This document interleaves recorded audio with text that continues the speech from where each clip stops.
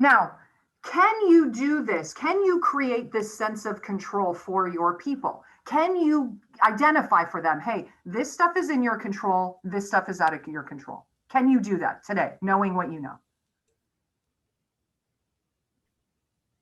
People are nodding. Yes, you can. So as a leader, the very first thing I spent time on is figuring out for myself and my team, what can I control? How do I take back a little bit of the illusion of control? First thing I did, clearly identify what is and what isn't controllable. Second thing I did, I focused on the controllables and just as importantly, how they are done. Let me give you an example.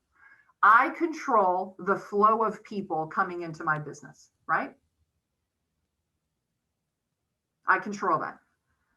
How many people will come to talk to me about employment? Do you guys agree with that? Everybody, I'm not. Does anybody not agree with that? Okay.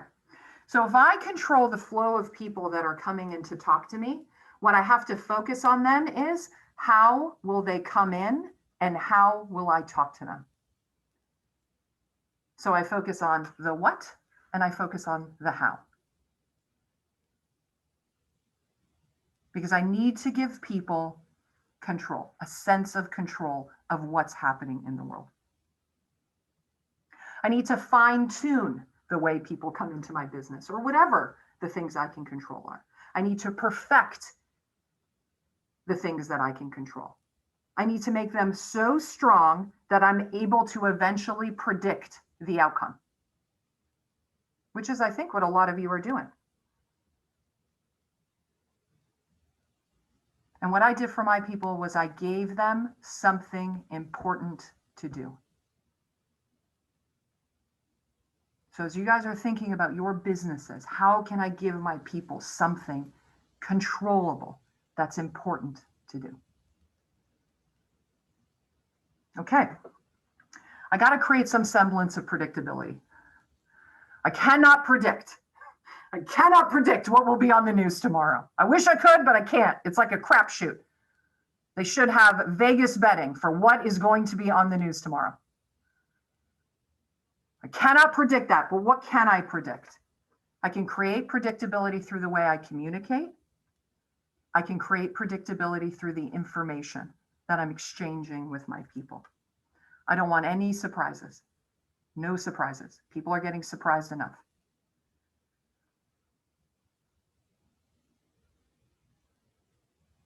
The other big way that I've created predictability, we celebrate progress. The smallest thing that's happening in our business, we celebrate. And then people know, oh, okay, this is what we do. We celebrate progress. We celebrate the steps we're taking. We celebrate the wins, big and small.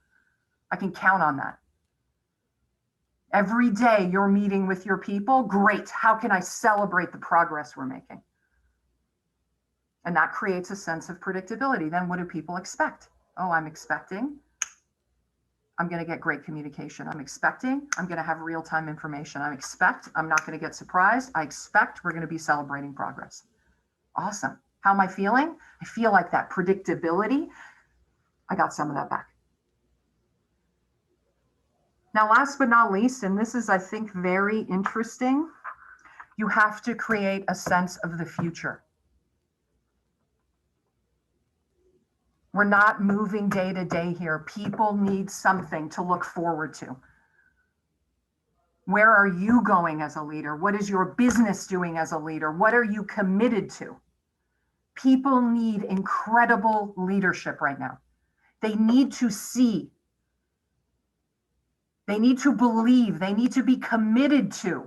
We're going to get through this. Not only we're going to get through this, again, remember that word I used, we're going to thrive. We are going to thrive.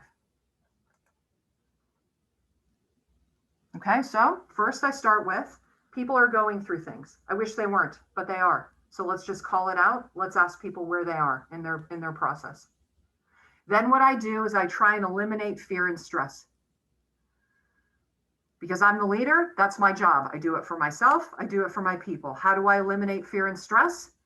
focus on my controllables, create predictability, and I better have a good sense of where we're going and be deeply committed to it.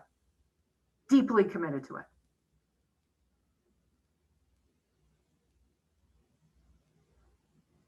Now, I'm a big proponent. You can't lead anybody unless you lead yourself. I think leadership's an inside job before it's an outside job. Now, this is completely stolen from the 7 Habits. You better be sharpening the saw. So think about in your world, every single, and I look at it weekly, I look at my saw every week. Where am I investing in myself physically, mentally, social, emotionally, spiritually? I don't take a day off. I don't take a week off. I don't say I'm going to get to it in 2022. What am I doing for myself physically? If you're on this Zoom every single day, 20 hours a day, let me help you. You are going to hate Zoom. What am I doing for myself mentally? How am I feeding my brain in a good way? If I'm not feeding my brain, what does my brain do? It atrophies. Can't take a day off, can't take a week off, can't take a month off. I can't. Social, emotionally, whether we like it or not, we need human contact. I actually believe that people on this phone may need it 10 times more than other people. What are you doing to get that fed? What are you doing to get human connection? What are you doing to feed that need that you have? Again, can't take a day off, can't take a week off, can't take a month off. I can't. If I do, my saw is going to get dull. And last but not least, spiritually, listen, everybody believes in different things. There's something that makes your soul sing. By God or by whoever, you better do it daily, weekly, monthly. It's not something you can put off. So if I'm leading through change, I got to make sure that the leader is solid. Now, I talk to a lot of owners, right? A lot of owners. I talk to owners that are doing well. I talk to owners that aren't doing well. And what I think is interesting is that owners that are doing well are focused on only 4 things. I guarantee you can tell me what they are. This is not, again, it's not like, wow. 1, recruiting. 2, training. 3, development of people. 4, field time. 1, 2, 3, 4. That's what they're focused on. Can you control recruiting? See nodding. Can you control training? Can you control developing your people? And can you control field time? Can you create predictability around those 4 things?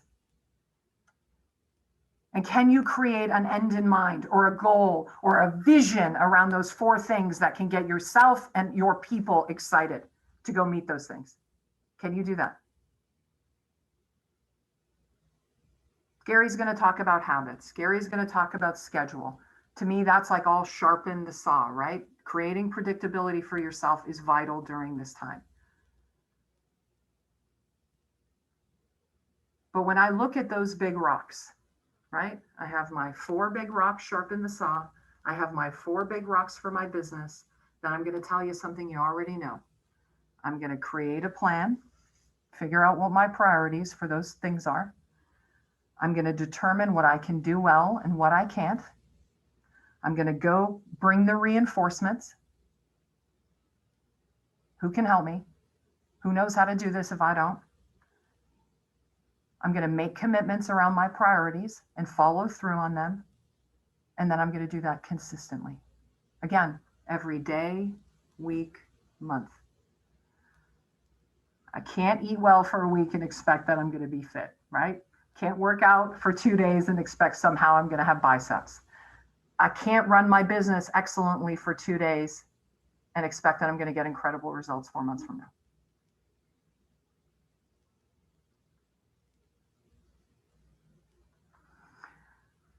"26 minutes later, actually 23. I think I started at 10:03.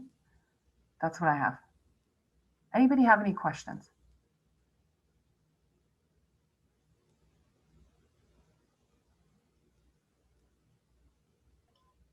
That was awesome. What do you like about it, Gareth? I feel like I, like most people, don't really shrink things down to think, how to handle something that we're all going through. And, it's a really good formula to, first start with the heart. My brain doesn't function that way, and maybe it should. So it's a good learning skill. Moving into, an inside job, I get that. That certainly helps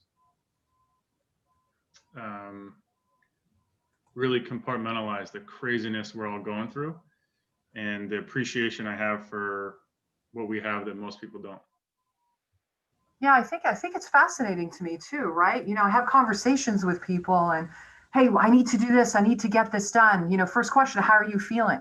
Well, what do you mean? I just need to get it done. No. If you never look into how you're feeling, or hang on, even better, how are customers feeling?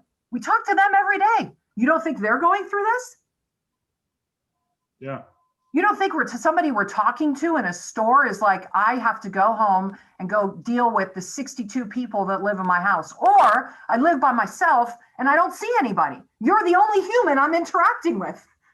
That's a really powerful thing to know about people. What about the people you're training? Everybody's going through something. Understand where they are. Just ask those questions. Hey, by the way, you're going through something. Understand where you are. Now, again, psychologically, we're feeling stress and fear. We're feeling stress and fear. The majority of people are. Great. How do I limit feeling stress and fear?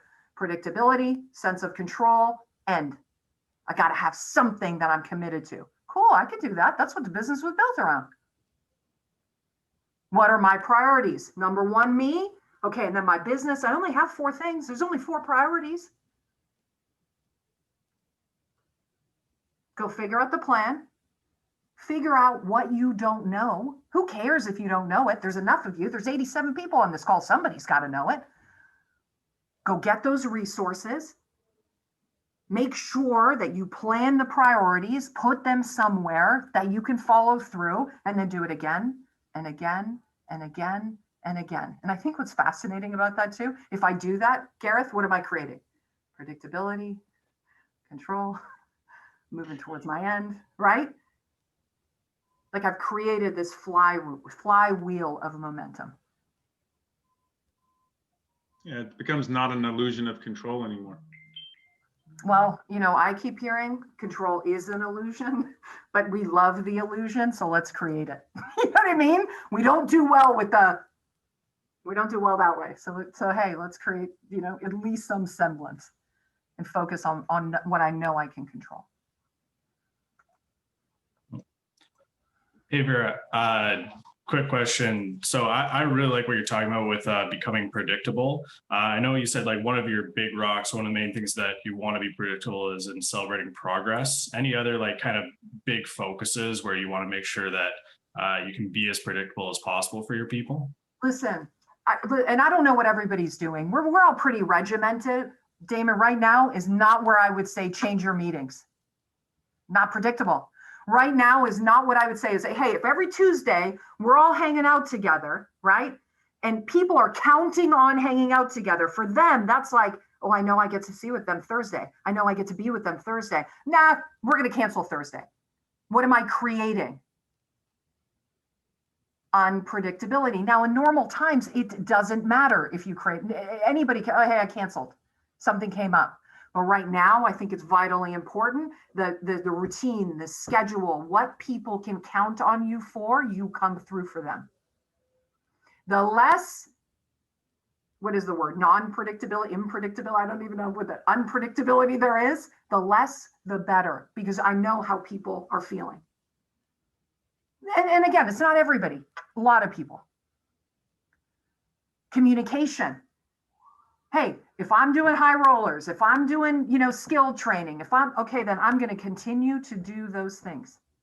If I tell you I'm going to meet you in the field, I'm coming to meet you in the field. If I tell you we're going to do a one-on-one, we got to do that one-on-one. Now is not the time to say, hey, X, sorry, couldn't make it. Not good, because then people are like, oh shit, can't predict what's going to happen. Now, the massive feeling of unpredictability is not you. There's something else going on in the world, but let's just call it out. And as a leader, can I make this easier, better, more, I don't know, confined, but just more, I can count on this. This is something I can count on. This is consistent. This is the kind of leadership I want. This makes me feel good. This makes me like I feel like I can create momentum. This does not feel like the rug's going to be pulled out from under me. Awesome. Does that make sense? And those are all things, we're doing, I think well and consistently. I got to tell you one thing that I heard. This kid he's a man. I'm sorry. To me, he's, though Jamie and I started when we were 7 years old. Yeah. He's running an office on UMA. Okay. He's got 27 guys on the books. 27 guys, came out of COVID with 2. In the morning, what he focuses on is skill set building. It's all, hey, let's build the skills. Whatever we're doing, we're focused on the skill set. At night, every night, he has a wrap-up call every night. And instead of breaking down days, right? Breaking down the days. Every night, what he does is he says, you as a leader, Vera, have to come to this call and tell me how you made progress today. Fascinating, right? So now I'm in my day not saying what I did wrong. I'm like, I got to look for the things where I made progress. I got to look for them. Because now I got to get on a call with 27 other people and they want to hear how I made progress today. Let me ask you, when I get off that call, what's my mindset? Let me ask you, when I see my family or whoever lives with me, what's my mindset? What am I focused on? When I lay my head on my pillow, what am I focused on? Progress. People come to count on that, right? So can you imagine one day he says, hey, it's Friday. You know what? Screw it. I don't want to do this 8 o'clock wrap up or whatever it is. What do you mean? I've been looking all day to tell you how I made progress. So people come to count on the systems and processes. It makes them feel good. It makes them feel like there's some continuity.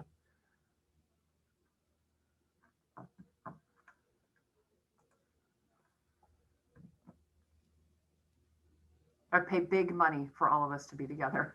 Big money. Any other questions? Anything on anybody's mind? Anything that just, whatever, I don't know, didn't make sense, made sense.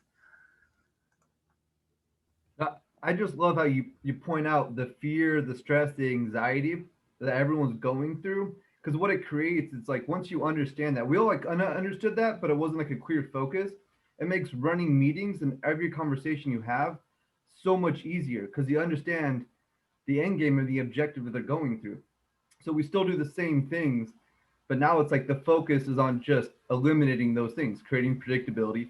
So to me, it makes a lot of sense because it just makes everything I do easier now because I know the objective of what I'm trying to do and what they're going through. There's like an objective, an overarching objective that I'm trying to accomplish now. Well, Cole, what's interesting for me in the beginning, it was like, it's okay, everything's okay, it's all okay, it's great, it's okay. And I'm like, there are so many things happening right now that are just so not okay. It hurts me, actually. There are so many things happening. Okay, well, I don't want to lead that way. Hey, let's call out where you are. How are you feeling? Hey, I feel like I can't get present. I feel like I'm so distracted. I can't create a schedule. I can't get focused on something. Cool, let me help you. But if I don't ever ask you, Cole, how you're feeling and what's going on with you, how can I ever lead you? How can I help you, right? Hey, you know what's going on with me? I got 7 people living with me. And they're all trying to use the internet at the same time. And like 3 of them are unemployed. And I freaking hate it. Fair. Okay, great. How can I help you? How can I help you through this? But if I don't know, if I don't ask those questions, how about the people who live alone? We have like 4 or 5 people at Sidcord. They live alone. The first 2 months, we did not come into this office, Cole. And I'm talking to people and I'm like, how are you feeling? They're like, I'm so lonely. I haven't seen another person. And I'm like, well, holy wow. Hey, would you be comfortable? I'm going to come into the office like 3 days a week. We'll wear the mask. We'll social distance. Would you be comfortable coming in? Is that a better thing for you? And look, now today, there's like 10 of us. We still can't literally be open. I come in, they come in. They're not as lonely. Okay, I can't lead you unless I know what's happening with you. And again, our business is people. If we were making like water bottles, different. Different. Okay, let's make the water bottle, put it together, put the water in, psh, see you later. People are messy. Yeah, it's almost like you shy away from it because like at that point you're not trying to ask like, let me talk about the feels and what's going on because you're trying to grow and get the job done. So it's like you shy away from it, but whenever it's a good time, then you never get to the root of the problem. So it's Right, something right. I've done. Yeah, so cool for me. I'm always like, it's okay that you feel that way. It's totally okay. And we need to move forward. And how do we move this way? Because look, our culture, who we are, who I am as a leader isn't just, hey, I'm going to stay here. How do we create some control? How do we create some predictability? And how do we create a great end game for you? Let's focus on the controllables. Let's focus on those things and let's get you out of wherever you are.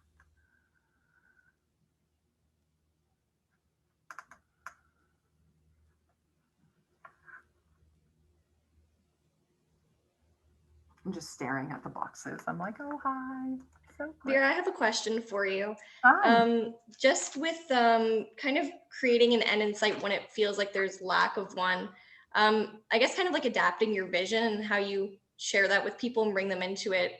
How have you been kind of managing that with all the changes going on and all the uncertainty and like, you know, we don't really know when we can go on planes again and that kind of stuff, or you don't know when you'll be able to see your family again. Yeah, so I don't focus there. I don't know. I don't focus there. What can I control? Right? Hey, I don't know. So okay, I don't know. I really do not know when I can hop on a plane and go see my family. I haven't seen them in a year. I have 35 kids in a third world country going through COVID right now, right? They have been sequestered. They have not seen a human being outside of all of them and the caregivers since March 14th. It is killing me. But if I live there, Miranda, then how am I feeling? And am I any good to them? No. So I focus, what can I control? So for me, let me tell you something. I don't know how this economy shakes out. Minimum, especially in our demographic, minimum 10% unemployment. We are going to change the world. We are going to change the world. When all this is over, and there are a lot of people that aren't going to have a whole lot of hope, we're going to create that hope. We're going to teach people how to be successful, have the mentality they need to be successful, the discipline. And a lot of those people, we're going to teach them how to run businesses. For me, I don't know, that lights me up every day. Can I control that? Oh, yeah. You got to find what lights you up. Right? But I always go to, I'm not focused on what I can't control because I don't like that feeling. Creates stress and fear. That's not a good feeling. I don't want to live there. What do I control? Let me go live there. Let me go build my plans around that. And if I focus on what I can control, I have an end. Right? I can create, this is where I'm going.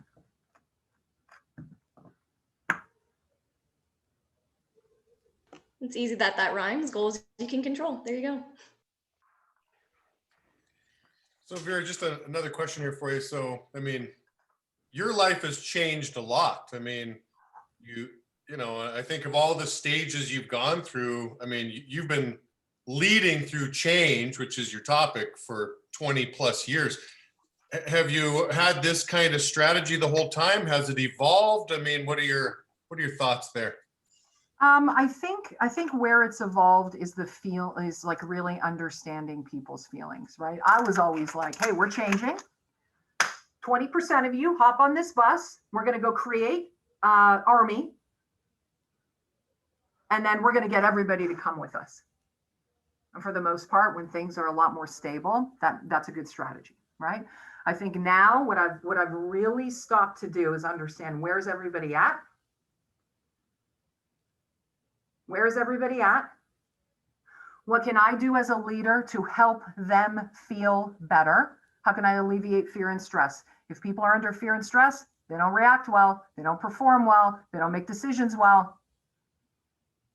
So as a leader, it's like kind of my role. Let me help you take some of that away. Okay, now where are we going? Let's go build a plan to get there.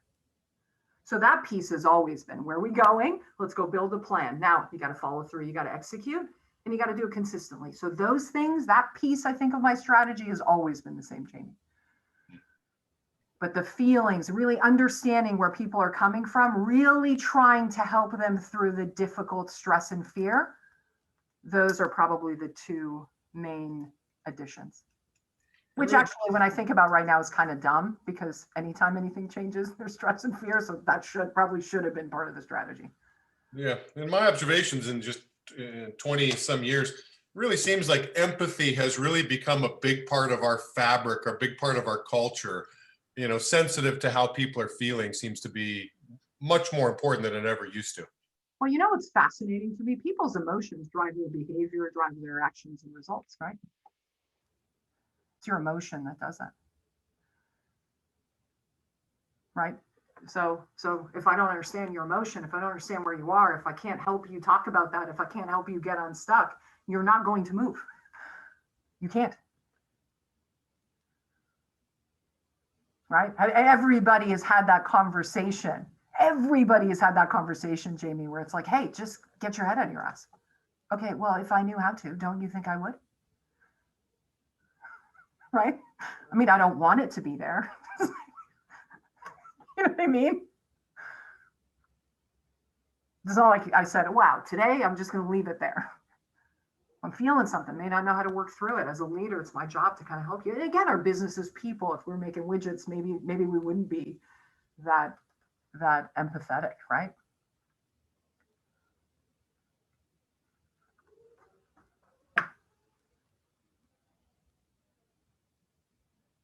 Okay, that's it. No more questions. 10:43. Boom. How do you like them apples? Okay, Jamie, it was amazing seeing everybody. I really appreciate you having me on. If anybody has any questions, I'm just gonna just throw this out there. Vera@sidcore.com. Super easy way to get in touch with me. And maybe, Jamie, if you want to put this in, actually, I'll put it in the chat. Hang on. So everybody has it.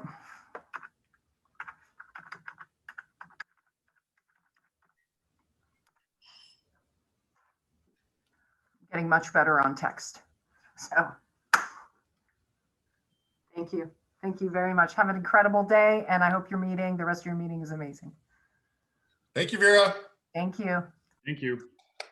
Thanks, Vera.